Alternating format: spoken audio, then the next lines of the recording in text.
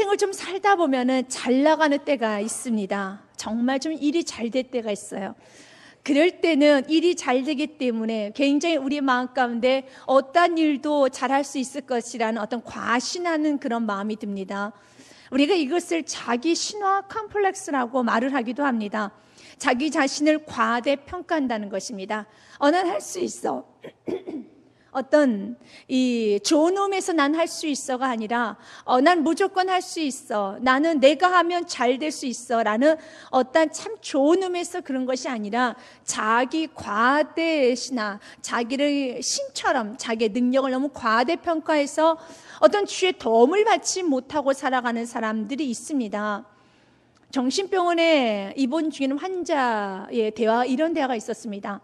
정신병원 입원 중인 환자가 이런 말합니다. 나는 신의 아들이다 라고 말을 했습니다. 그리고 소리를 질렀어요. 근데 옆에 입원 중인 환자가 나는 너 같은 아들 둔 적이 없다 라고 말을 합니다.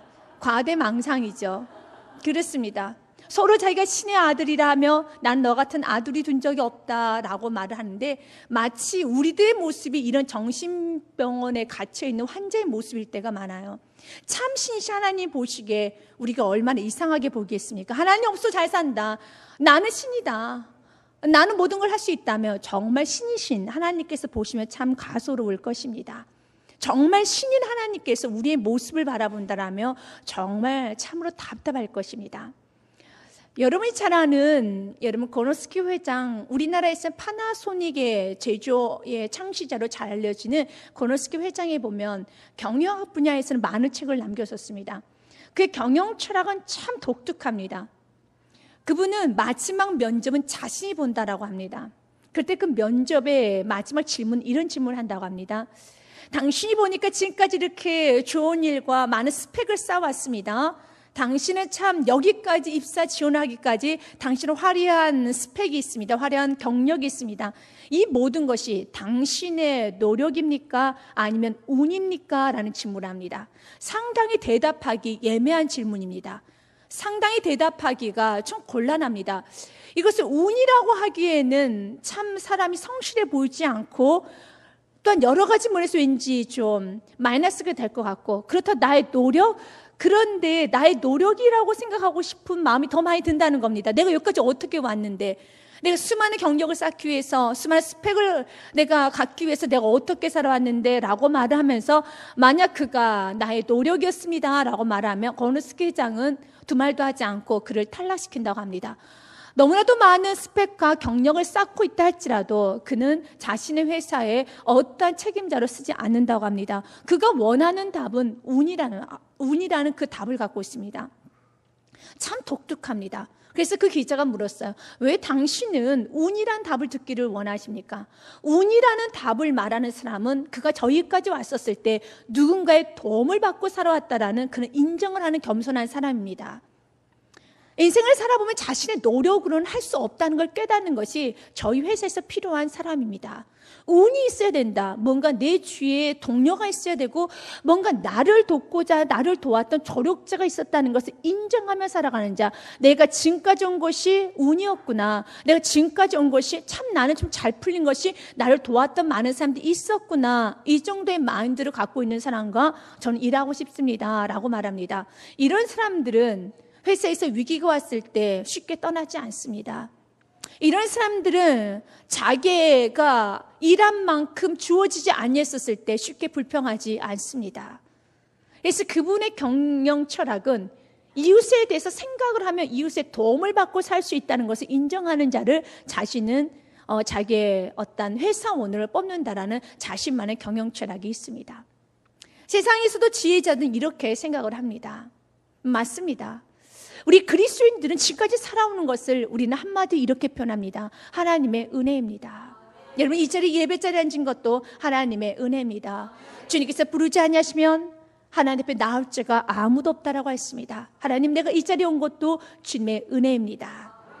그런데 마치 우리가 과대망상 걸린 사람처럼 내가 신인 것처럼 행동합니다. 난 아무런 도움을 받지 않아도 되는 것처럼, 아무런 도움이 나에게 주어지지 않아도 괜찮은 것처럼 그렇게 살아가고 있습니다. 근데 정말 신이신 하나님께서 우리의 삶을 바라보노라면, 우리의 삶을 들여다보노라면 우리 하나님께 참 마음이 아플 것입니다. 오늘 귀한 말씀은 하나님의 축복 선언입니다. 하나님께서는 우리 모두를 축복해 주시길 원하고 있습니다. 하나님의 축복 여러분 다 받아가시길 주님의 이름으로 축복 드립니다. 우리 잠언 3장 1절 말씀 같이 한번 읽어보도록 하겠습니다. 내 아들아 나의 법을 잃어버리지 말고 내 마음으로 나의 명령을 지키라 합니다. 오늘 귀한 말씀의 잠언의 말씀은 하나님께서 우리가 이 땅에서 축복받을 수 있는 길을 제시해 주는 귀한 말씀입니다. 그래서 우리가 귀한 말씀에 이 잠언서는 축복의 말씀, 지혜의 말씀이기도 합니다. 그래서 믿는 자나 믿지 않는 자나 누구나 이 잠언서에 대해서 관심이 많습니다. 그러나 우리가 알아야 되는 것은 잠언서는요, 믿지 않은 자는 하늘의 지혜를 받을 수 없으며 참 이 잠언에 주는 모든 축복을 받아줄 수가 없습니다. 왜 그럴까요? 잠언은 지혜서입니다. 지혜의 가장 기본은 듣는 마음이라는 것입니다. 우리가 왕 중에 가장 지혜로웠던 왕을 솔로몬이라고 우리는 잘 알고 있습니다. 솔로몬을 지혜의 왕이라고 합니다. 그가 1000번째 하나님 앞에 예배를 올려드립니다. 그리고 난 후에 예배를 드리고 난 후에 그가 깨달은 게 하나 있었어요. 하나님, 나는 작은 아이와 같습니다. 나는 출입을 알지 못한 너무도 작은 아이입니다. 라는 고백을 하고 난 후에 하나님께 이렇게 간구의 기도를 합니다. 열왕기상 3장 말씀에 보니 9절 말씀 같이 한번 읽어보도록 하겠습니다. 누가 주의 이 많은 백성을 재판할 수 있사오리까? 듣는 마음을 종에게 주사 주의 백성을 재판하여 선악을 분별하게 하옵소서. 나에게 듣는 마음을 달라는 것입니다. 이게 지혜라는 겁니다. 그래서 세상의 사람들은요, 잠언의 말씀 읽어도 그들은 깨닫지 못해요. 이 모든 축복을 누릴 수 없습니다. 그들에게 없는 건 듣는 마음이에요. 왜냐하면 그들은요, 자기 자신의 중심의 생각이 있습니다. 자기의 명철이 있습니다. 자기의 생각이 있으면 자기의 자신이 있다라는 겁니다. 자기가 꽉 들어차 있는데 어떻게 말씀이 들릴 수 있겠습니까? 오히려 말씀이 선포가 되면 될수록 바칠 수밖에 없습니다. 내 것을 버려야 하지만 하나님 말씀이 임한다는 것입니다. 그런데 마치 어리석은 사람들은요, 자신의 것을 다 가지고 있으면서 하나님의 말씀 액세서리처럼 귀걸이, 팔찌를 걸듯이 뭔가 걸고 싶을 때가 있습니다. 그런 자에게 지혜가 임하는 것이 아닙니다. 지혜는요, 듣는 마음에 어떤 자가 듣는 마음이 될 수 있습니까? 주님, 나는 죄인입니다. 더 나아가서 참으로 솔로몬 왕처럼 나는 출입을 알지 못하는 작은 아이입니다. 라는 시작점이 있을 때 잠언의 말씀이 열리기 시작한다는 것입니다. 여러분 진정 지혜 받고 싶습니까? 먼저 여러분 주님 앞에 엎드리십시오. 듣는 마음이 되십시오. 듣는 마음이 되기 위해서 여러분의 것을 버리시길 바라겠습니다. 오늘 말씀도 그래요. 내 법과 나의 말씀을 떠나지 말고 잊어버리지 말라라는 것입니다. 그리하면은 2절 말씀에 이런 축복을 주시겠다라는 거예요. 그리하면 그것이 내가 장수하여 많은 해를 누리게 하며 평강을 더하게 하리라. 사랑하는 여러분, 우리 주님께서는요, 너가 나의 법을 잃어버리지 않고 떠나지 아니하면은 너에게 주는 축복이 장수의 축복을 주는데, 그냥 힘들게 고생스럽게 사는 그런 장수가 아니라 참 가치 있는 일을 하면서 사는 것이 많은 사람들에게 유익을 주면서 오래오래 살 수 있는 축복을 줄 것이며, 사는 날 동안에 너에게 고통 없는 평강도 줄 거라는 것입니다. 그렇기 때문에 너는 나의 법을 떠나지 말고 그 법을 가지고 말씀에 따라 순종하며 살아라. 오늘 성경은 말하고 있습니다. 여러분 이 복 받으시길 바라겠습니다. 얼마나 멋집니까? 우리가 한 인생을 70생 인생을 살 수 있습니다. 80평생을 살 수 있습니다. 어떤 사람은 50평생 살고 갈 수도 있습니다. 그러나 짧게 살고 길게 사는 것이 문제가 아니라 가치 있게 사는 것이 중요하지 않습니까? 나의 호흡마다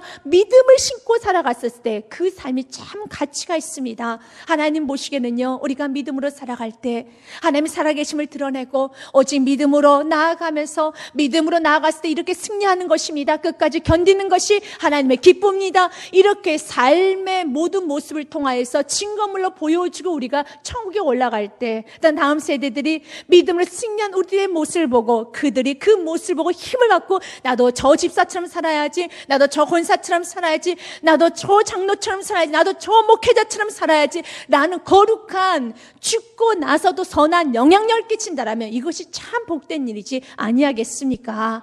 사랑하는 여러분, 주님 이 복을 주시기 원합니다. 그렇기 때문에 이 복을 주시기 위해서 주님께서는 내 법에서 내 명령을 떠나지 말고 지키라는 거예요. 그래서 떠나지 말고 지키라는 것은 지정의를 사용해서 아주 끝까지 붙들라는 것입니다. 끝까지 이 말씀을 지키기 위해서 너 자신을 부인하고 한번 나아가 보라는 것입니다. 그럴 때 우리 안에 필요한 것은 참으로 순종 넘어 복종이 필요합니다. 우리는 내 마음대로 살고 싶습니다. 우리는 하나님 말씀의 법을 떠나고 싶어 할 때가 많습니다. 좌로나 우로나 치우치지 말라고 하는데 환경에 따라 자꾸 치우쳐지고 싶을 때가 있습니다. 내 감정이 왕이 되어서 내 감정에 요동하고 싶을 때가 있습니다. 그때 주님 말합니다. 그 감정을 십자가에 못 박고 떠나지 말고 주님을 위해서 순종하며 살으라는 것입니다. 그러면 너의 삶 순간순간이 의미 있는 삶, 가치 있는 삶, 너의 삶의 순간순간, 죽고 나서도 모든 사람이 너의 삶을 보면서 거룩한 영향력을 받게 될 것이다 라고 말하고 있습니다. 지금 세상에 많은 사람들이 이렇게 말합니다. 그리스도인들에 대해서 귀중히 여기지 않습니다. 교회라는 것, 그리스도인, 기독교에 대해서 참 두렵고 떨림으로 교회라는 그 자체를, 그리스도는 그 자체를 신뢰 보증수표로 느껴야 되는데 그렇지 않습니다. 귀중히 여기지 않습니다. 오히려 기독교인들은 더 욕심스럽단 말을 합니다. 그 이유가 무엇입니까? 오늘 말씀 그대로예요. 너가 인자와 진리로 목에 메고 목걸이로 메고 살아가며 마음판에 두고 살아가며 너는 사람과 하나님과 사람 앞에서 은총과 귀중히 여김을 받으리라. 사람 앞에 귀중히 여김을 받지 못합니다. 과거에는 기독교에 대해서 굉장히 귀중히 여기셨습니다. 우리나라 기독교는 3%가 못 됐습니다. 지금 4분의 1이나 기독교입니다.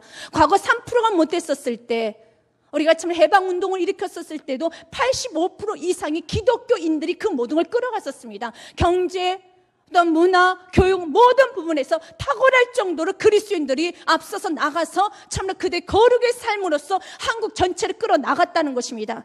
그래서 믿지 않는 자들도 그리스도인들을 향해서 경외하는 마음을 가졌습니다.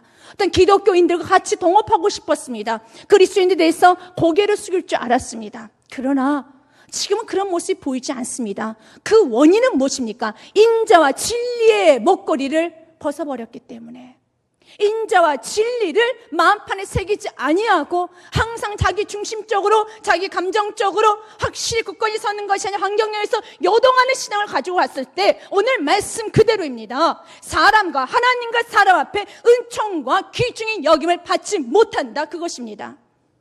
다시 회복합시다. 회복하는 길은 당신 나를 귀중히 여겨주세요. 하나님, 왜 자꾸 나에 관심이 없습니까? 하나님께 원망하지 마시고 여러분들이 인자와 진리의 그 하나님의 은혜를, 인자와 진리의 삶을 여러분 목에 메고 여러분 마음판에 새기고 사시길 바라겠습니다. 그러면 하나님께서 다시 귀중히 여기십니다. 사람들이 귀중히 여깁니다. 이렇게 우리 그리스도인들이, 한국의 교회들이 다시 인자와 진리로 목에 메고 마음판에 새기고 나아갈 때 다시 하나님은 우리 그리스도인들의 위상을 높여 주실 것입니다. 또한 우리가 이 땅에서 나아가야 될 방향이 참 인자 진리로 살아가는 삶을 살아간다라며, 우리가 이 땅에서 우리가 그리스도인들이 참으로 갖춰야 될 자세는 교만하지 아니하고 겸손해야 되는 것입니다. 5절과 6절 말씀에 보면 이러한 말씀이 있습니다. 너는 마음을 다하여 여호와를 신뢰하고 내 명철을 의지하지 말라. 성경은 의지할 것과 의지하지 말아야 될 것을 정확히 구분합니다. 우리가 의지하고 신뢰해야 될 것, trust, 우리가 믿고 기대고 의지해야 될 것은 여호와를 신뢰해야 됩니다. 너의 마음을 다하여서, 너의 온 마음과 정성을 다해서 여호와를 의지하지만, 그러나 의지하지 말고 버려야 되는 것은, 날마다 십자가에 못 박고 날마다 버려야 되는 것은 너의 명철을 의지하지 말라. 여기서의 명철은 너의 생각, 어떤 너의 습관, 너의 경험을 의지하지 말라는 것입니다. 인간은 어리석게도 자신의 명철을 하나님보다 더 의지하는 경우가 있습니다. 그래서 인간의 교만은 너무 크다는 겁니다. C.S. 루이스가 교만에 대해서 이렇게 말을 합니다. 교만은 정말 무서운 것입니다. 교만은 영적인 암입니다. 그것은 사랑이나 자족하는 마음, 심지어 상식까지도 갉아먹습니다 라는 말을 합니다. 그러면서 C.S. 루이스가 조금 더 급진적으로 이런 말을 합니다. 어떤 성적인 부정이나 분노, 탐욕, 술 취함 같은 것보다 이 악에 비하면, 교만에 비하면 세 발의 피와 같습니다. 타락한 천사도 교만 때문에 그가 마귀가 되지 아니했습니까? 라고 반문하고 그가 교만해서 말을 하고 있습니다. 자기 명철을 의지하는 것, 자기 자신을 의지하는 것, 그것이 교만입니다. 하나님은 그런 자에 대해서 이렇게 말하면 내 악에서 떠나라 라고 말하고 있습니다. 마태복음 2장에 보면 동방박사들이 나옵니다. 동방박사는 그 당시에 지혜자를 말합니다. 최고의 철학가, 또 무엇인가를 알 수 있는 선견자들을 말합니다.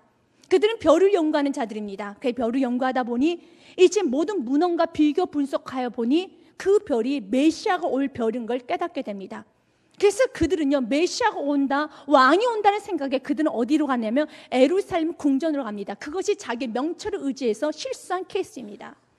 그렇죠. 우리가 왕이 태어나면 궁전으로 가겠죠. 그러나 그 동방박사들 궁전에 도착했었을 때 헤롯으로 인해서 이러한 일이 일어납니다. 마태복음 2장 2절과 3절 말씀을 보니 유대인의 왕으로 나신 이가 어디 계시냐, 우리가 동방에서 그의 별을 보고 그에게서 경배하노라 하니 3절 말씀 같이 한번 읽어보겠습니다. 헤롯 왕과 온 예루살렘이 듣고 소동한지라. 가는 곳마다 소동시켜요. 내가 명철을 의지하면요, 가정에 명철을 의지하고 가정을 끌어가 보십시오. 사업장을 끌어가 보십시오. 여러분의 인생은 여러분 명철만 가지고 의지하고 나아가 보십시오. 가는 곳마다 소동이 일어납니다. 가는 곳마다 안 됩니다. 우리가 생각하기에는 당연히 왕은 궁전에 태어나시겠지. 그러나 왕이신 우리 예수님 막간에 태어나셨습니다. 주님은 말합니다. 너의 명철을 의지하지 말아라. 너가 만약 명철을 의지하면 가는 곳마다 소동이 일어날 것이다. 그러나 반대로 주님을 신뢰하면 주님께서 약속을 하십니다. 6절 말씀, 그리하면, 주님을 신뢰하면 같이 한번 읽어보겠습니다.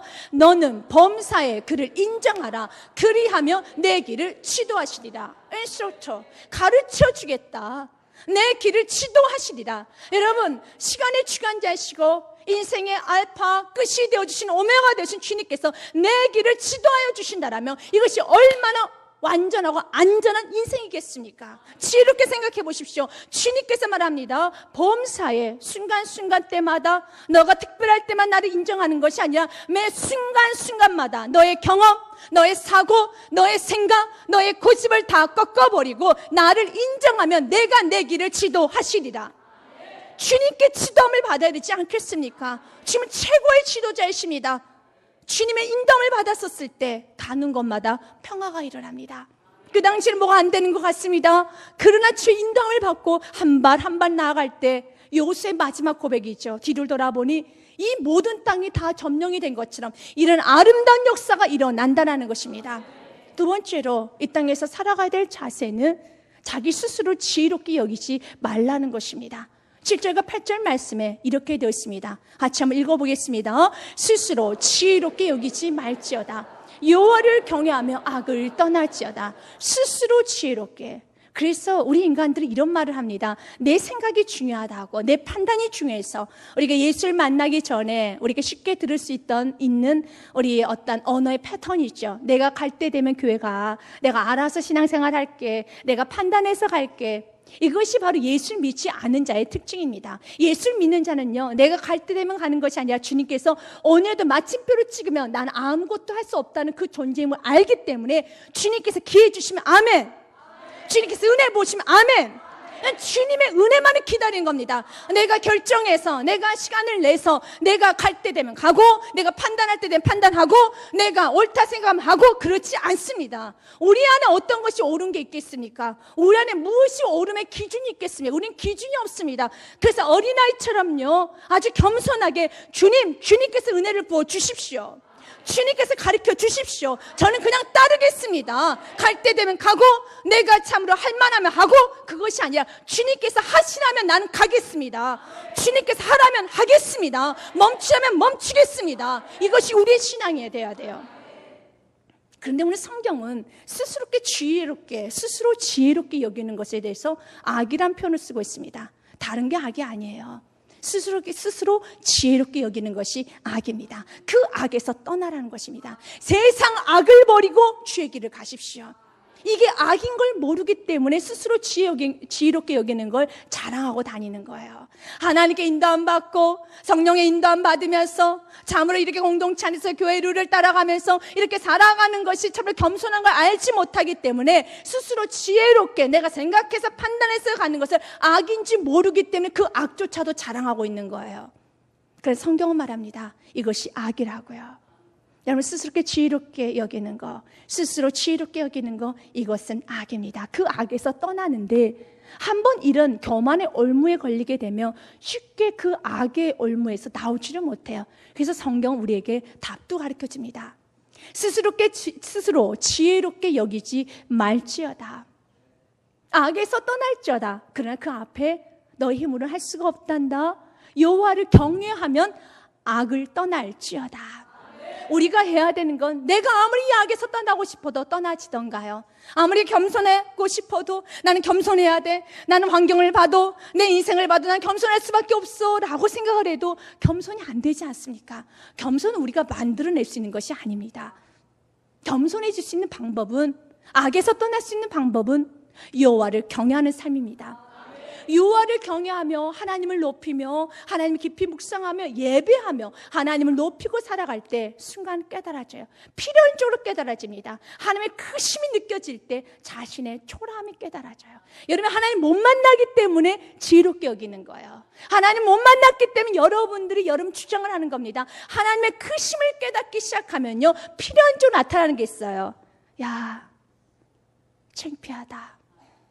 정말 낮아져야 되겠구나. 깨달아지게 되는 것입니다. 스스롭게 지혜롭게 여기지 아니하고요, 엎드리게 되었습니다. 스스로 지혜롭게 여기지 아니하는 자는요, 나타나는 표시는 기도입니다. 기도하게 됐습니다. 주님, 오늘 하루도 주님께서 인도하여 주옵소서. 오늘 하루도 내 발걸음 한 걸음 한 걸음을 주께서 인도하여 주시옵소서. 앤드류 모레가 쓴 내 앞에 엎드려란 책에 보면 또 이러한 내용이 있습니다. 기도하지 않는 것은 우리의 삶이 아직도 육신의 세력 아래에 있다는 것을 보여주는 증거입니다. 기도는 생명의 맥박입니다. 의사는 맥박 뛰는 소리를 듣고 심장의 상태를 진단하듯이 그리스도인이 기도하지 않는 죄를 범하고 있다면 그것은 그들의 영혼이 중병에 걸려 지극히 약해졌다는 증거입니다. 믿으십니까? 여러분, 지금 너무 약해져 있지 않습니까? 여러분, 중병에 걸려져 있지 않습니까? 이제는 기도하십시오. 스스로 지혜 있는 척하지 마십시오. 하나님 보시기에는 지금 너무 마음 아파합니다. 아무것도 가진 것도 없으면서, 아무것도 할 줄 아는 것도 없으면서 거기에 교만까지 하고 있으니 어찌나 답답하겠습니까? 주님 앞에 엎드리십시오. 그때 주님 말합니다. 내가 너의 길을 인도할 것인데, 오늘 8절 말씀 보니 주님께서는 만약 스스로 지혜롭게 여기지 아니하고 그 악에서 떠나서 여호와를 경외하는 삶을 살면 너의 삶 가운데 내가 이런 축복을 주시겠다라는 거예요. 8절 말씀입니다. 같이 읽어보겠습니다. 이것이 내 몸에 양약이 되어 내 골수를 윤택하게 하리라. 영혼에 살이 찌기 시작합니다. 어떨 때 영혼이 피폐됩니까? 스스로 지혜로운 채 하면은요, 영혼이 피폐됩니다. 그러나 주님 앞에 엎드려주기 시작하면은요, 오늘 성경 말합니다. 내 몸에 양약이 되어 내 골수, 내 뼛속 속에 있는 것까지 윤택하게 될 것이다. 아주 기름지게 될 것이다. 풍성해질 것이다. 부드러워질 것이라는 것입니다. 그러면서 최고의 여호와를 경외하는 가장 기본적인 자세에 대해서 9절과 10절 말씀 보니 11조에 대해서 나오고 있습니다. 9절 말씀 같이 한번 읽어보겠습니다. 내 재물과 내 소산물의 처음 익은 열매로 여호와를 경경하라. 11조 처음 익은 열매를 주님께 드리는 것은요, 이 모든 것이 하나님의 것입니다를 인정하는 하나의 가장 최대의 표시입니다. 사실 이 모든 것 다 하나님의 것이죠. 우리가 오늘도 숨 쉴 수 있는 거, 우리가 오늘도 살아갈 수 있는 공간 자체, 하나님의 공간 아닌 곳은 없습니다. 우리는 다 하나님 공간 아래, 하나님 지배 아래 살고 있습니다. 내가 오늘도 움직일 수 있는 거, 내가 일할 수 있는 거, 내가 참으로 이렇게 모든 삶을 살 수 있는 건 하나님 공간 아래 있고 하나님 지배 아래 있다는 것입니다. 그럴 때 일을 하고 난 후에 내 재물과, 여기서의 재물은 너가 정당히 벌어온 그 돈을 말합니다. 그 노동의 대가를, 너의 정당하게 벌은 노동의 대가와 내 소산물의 처음 익은 열매를 첫 것을 여호와를 공경하여 드려라. 그리하면 10절 말씀에 너가 이렇게 살면, 그리하면 같이 읽어보겠습니다. 그리하면 내 창고가 가득히 차고 내 포도즙 틀에 새 포도즙이 넘치리라. 믿으십니까? 우리 주님은 축복을 주기를 원하십니다. 그래서 하나님은요, 오늘 축복 선언을 합니다. 나는 너의 가정에 창고에 가득 차고 내 포도즙 틀에 새 포도즙이 넘치는 풍성한 삶을 살기를 원한다. 그러기 위해서는 모든 것이 주님으로부터 왔음을 인정하고 살아라. 그의 가장 기본이 11조라는 것입니다. 이스라엘 백성들이 70년 바벨론 포로로 끌려갑니다. 구약의 성경학자들은 이런 말을 합니다. 그들 70년의 기간을 세워봤더니 그들이 자유인이 되었었을 때, 포로로 끌려가기 전에 하나님 앞에 예배드려야 할 시간, 하나님 앞에 예배드려야 할 그 날수를 계산해 보면 70년이 나온다는 거예요.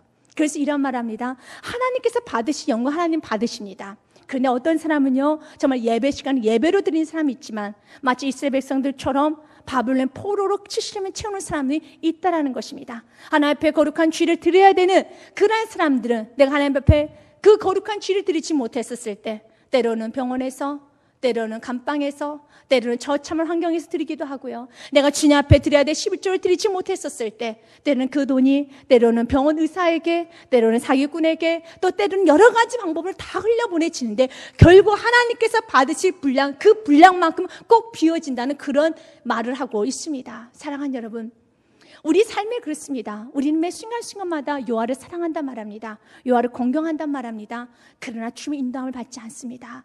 내 명철을 의지합니다. 우린 주님을 공경한단 말하지만 주님의 것을 인정하는 가장 기본도 하지 못할 때가 있습니다. 여러분의 삶에 이제는 여호와를 경외하는, 참으로 공경하는 가장 기본부터 하나님을 두렵고 떨림으로 섬길 수 있는 여러분의 복된 삶이 되시길 주님의 축복 드립니다.